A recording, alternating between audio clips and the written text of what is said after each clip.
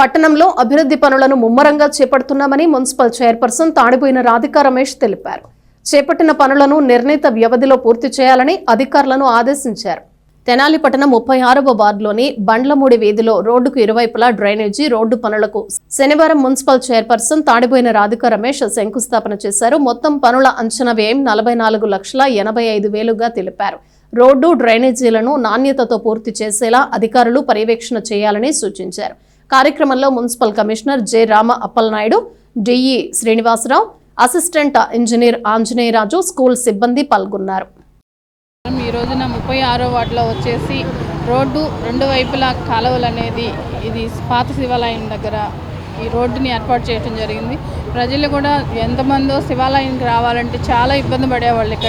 ఇక్కడ వర్షాకాలంలో అయితే మోకాళ్ళలోతో నీళ్ళు వచ్చి చాలా ఇబ్బంది పడేవాళ్ళు భక్తులందరూ.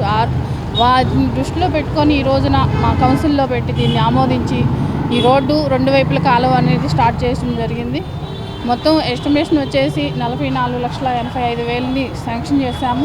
ప్రజలకి అనుకూలంగా అందిస్తానికి ఈ రోడ్డు కాలువలు అనేది ఏర్పాటు చేస్తున్నాం.